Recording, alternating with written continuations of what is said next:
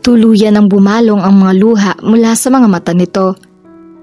Hindi ito ang inaasahan ko. Paputol-putol na sabi nito. Gusto ko mag-anak, oo. It is something that I wanted with my whole heart. Pero iniisip ko na magkatuwang kami ni Martin sa pagpapalaki ng magiging anak namin.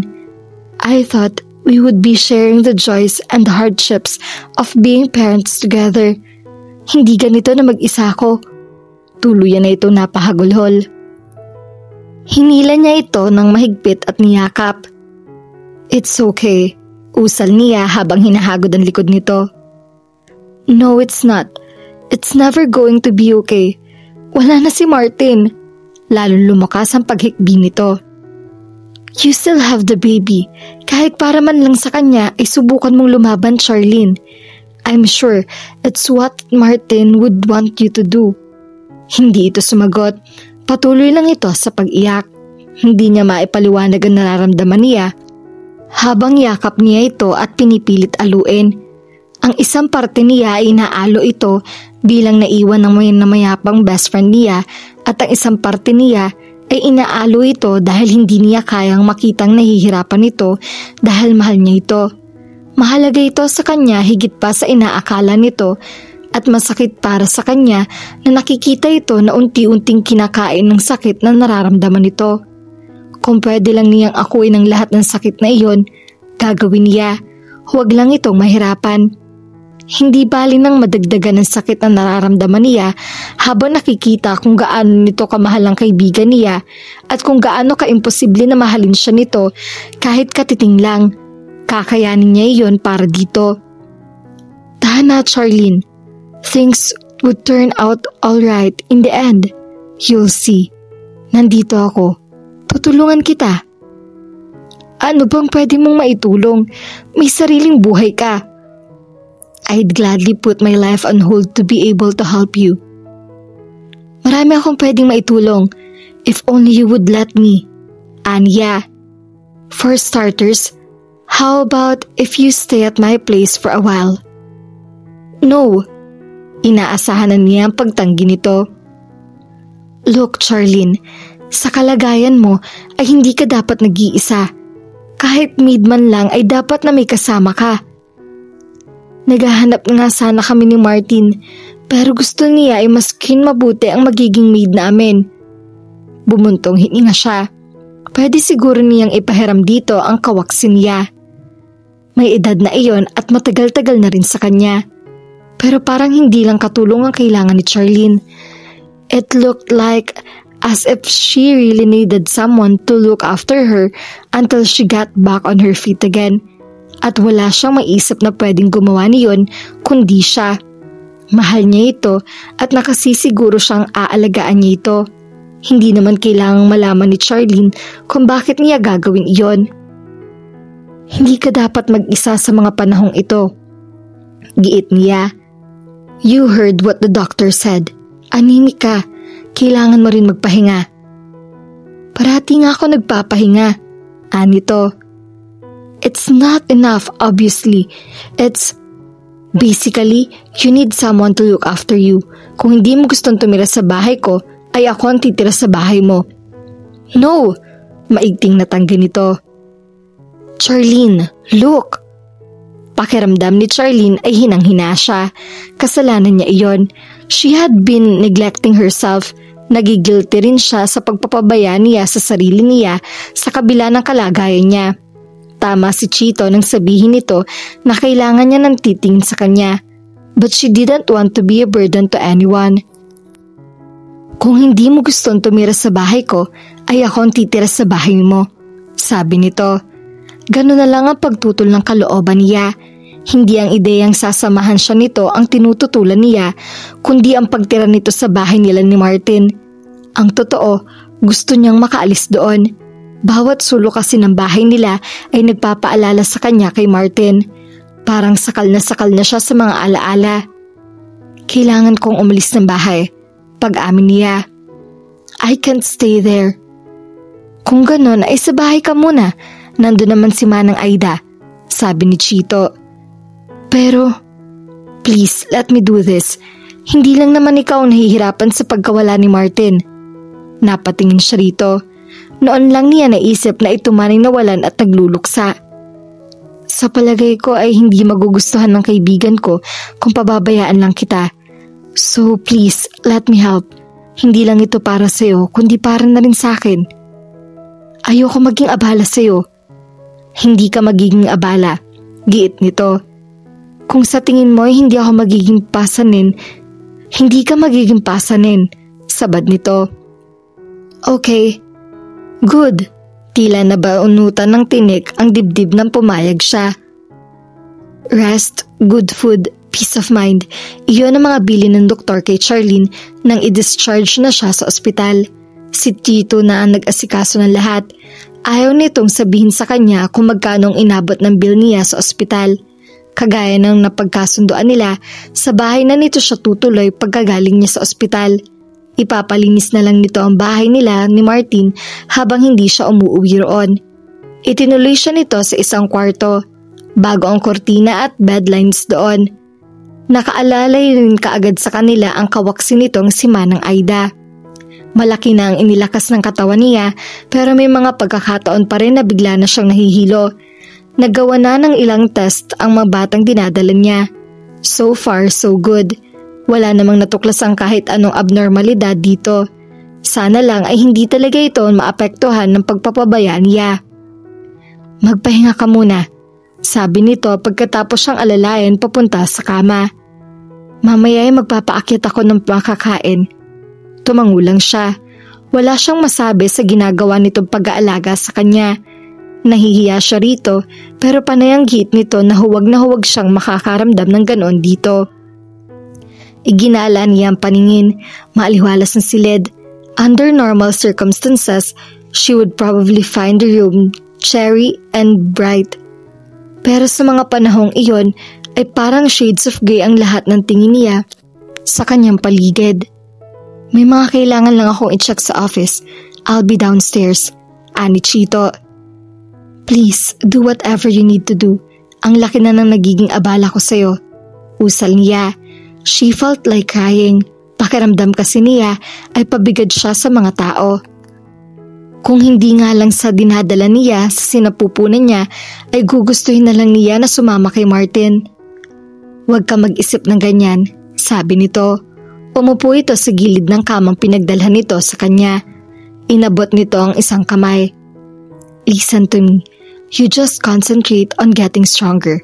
Iyon ang importante sa ngayon. Hindi ka abala sa akin.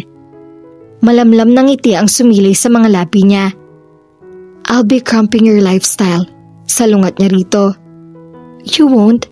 As if naman napaka-bohemyo ng lifestyle ko. I'm here if you need me. Huwag ka mag-aatubiling sabihin sa akin kung may kailangan ka, okay? Mataman siyang pinagmasdan nito. Okay? Ulit na ito nang hindi siya sumagot. Okay. Now, wait here. Naghahanda na makakain mo si Manang Aida. Ako naman ay may titingnan lang sa email ko. Sandali lang yon. Go ahead, anya rito. Hinaplos pa nito ang pisngi niya bago ito umalis sa kanyang tabi. Nang sumara na ang pintong dinanaanan nito ay napabuntong hininga siya. Would the heaviness in her heart ever be lifted again? Ang madilim na kapaligiran niya ay liliwanag pa ba? Parang hindi na. Tears speed through her closed eyelids. Maya-maya pa ay hindi na siya nakatiis. Napahagulhol na siya. She felt so alone. Parang lahat ng rason niya para mabuhay ay naglaho na. Kahit ang batang dinadala niya ay tila hindi sapat na rason para mabuhay siya. Sumubsob siya sa una niya at umiyak siya ng umiyak. Halos wala ka namang kinain. Banayad na sita ni Chito kay Charlene. Bakas ang pagkadismaya sa anyo nito habang nakatingin ito sa tray na iniakyat at para sa kanya ni Manang Aidan kanina. Sotangho na may sabaw ang laman yon.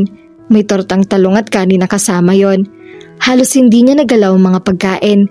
Tuwing susubo siya ay parang may humaharang na kung ano sa lalamunan niya. Wala rin siyang malasahan. Busog na ako. Oh no, you don't. You're not going to give me that reason again.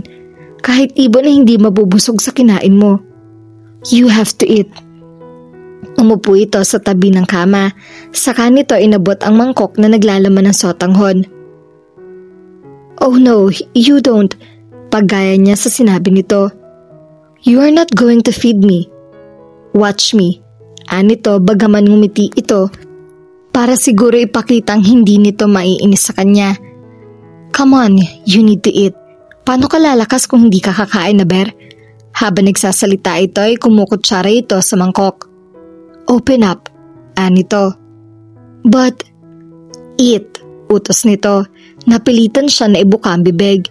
She almost choked on the food but she managed to swallow it. "See? You can do it," anito. "Ayoko na." "Ano? Wala akong naririnig." "Oh, heto pa." "No." Hindi nito pinansin ang pagtanggi niya. "Open up." Muli ay napilitan siyang isubo ang laman ng ininumang nitong kutsara sa kanya.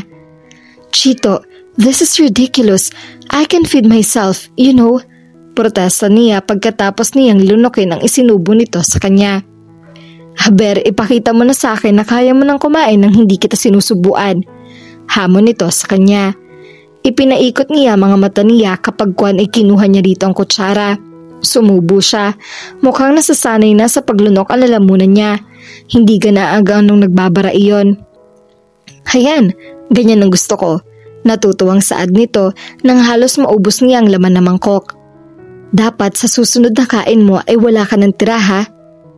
"I'll try. Basta wag lang marami ang papakain sa akin ni Manang Aida." "I was worried about you, you know." Pagtatapat nito. "Malaki na ako. Hindi ka na dapat nag-aabala. Wala yun sa laki o sa liit ng tao. You need someone to be with you right now and I just want you to keep in mind that I'm here." "Thanks," sabi niya. Parang maiiyak na naman siya. Nagiinit na ang sulok ng mga mata niya. She swiped angrily at the tears but that didn't stop the flow. "Hey, come here." Hinaplos-saplos nito ang likod niya. "It's okay. Everything will be okay." Ramdam niya kahit paano ang paglulubag ng kalooban niya dulot ng ginagawa nito. She couldn't have asked for a better friend. Malapit ito at si Martin pero sila ay hindi naman sobrang close. Parang ang ilag ito sa kanya noon. Ngunit sa ikinikilos nito ngayon ay para bang malapit na kaibigan din ang turing nito sa kanya. "Maraming salamat," saad niya habang nakasubsob pa sa dibdib nito. Kailangan niya ng mapagkakanlungan ng mga panahong iyon. Mabuti na lang at nandodo nito. Handang dumamay sa kanya. Noon naman naging ang cellphone nito. "Damn!" Mura ni Chito sa isip nang tumunog ang telepono niya. Hahayaan na lang sana niya iyon pero patuloy iyon sa pagtunog. "Sagutin mo na yan at baka importante." Ani Charlene at umalis na ito mula sa pagkakasandal sa kanya. "Excuse me." Pasintabi niya rito at saka niya hinugot ang telepono niya. "Yes, Jana," sagot nito sa kabilang linya habang naglalakad papunta sa pinto ng silid. "Ilang text na ang naisan ko, wala ka nire-reply kahit isa." Reklamo nito. "Sorry about that. I was busy. Nabanggit ko naman sa'yo na nasa bahay ang balo ni Martin, di ba?" "You're busy playing nursemaid to her. Is that it?" "Hindi sa ganun, pero you know what? Go ahead. Do whatever it is that you enjoy doing. Kung wala kang oras sa akin, I'd just find someone who does have the time." Pagkasabi niyon ay pinutol na nito ang tawag. Parang gusto niya maghanap ng leeg na pipilitin. Marami na siyang nagkakasalamuhang mga babae pero hanggang ngayon ay hirap pa rin siyang intindihin ng mga ito.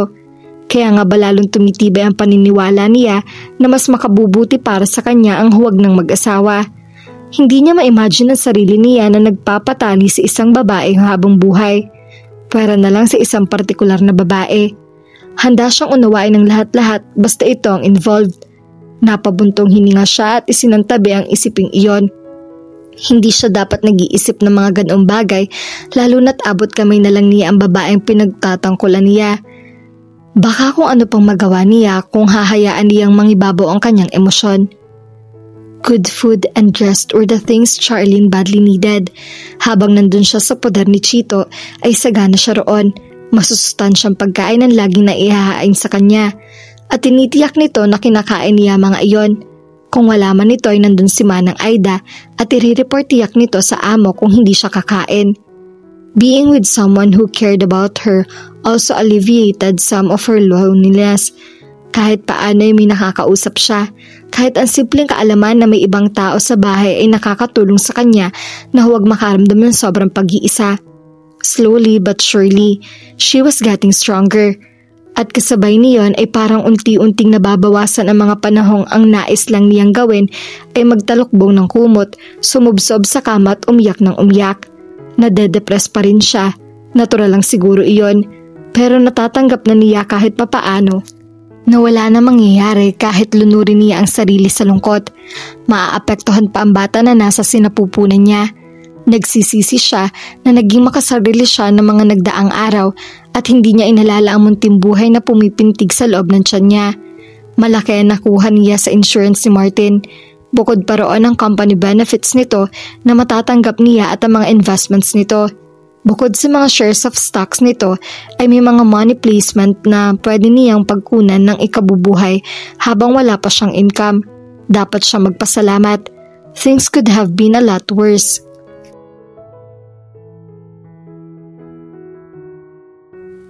At dito na po nagtatapos ang ating kwento. Sabay-sabay po nating abangan ang susunod na kabanata. Maraming salamat po. God bless and stay safe.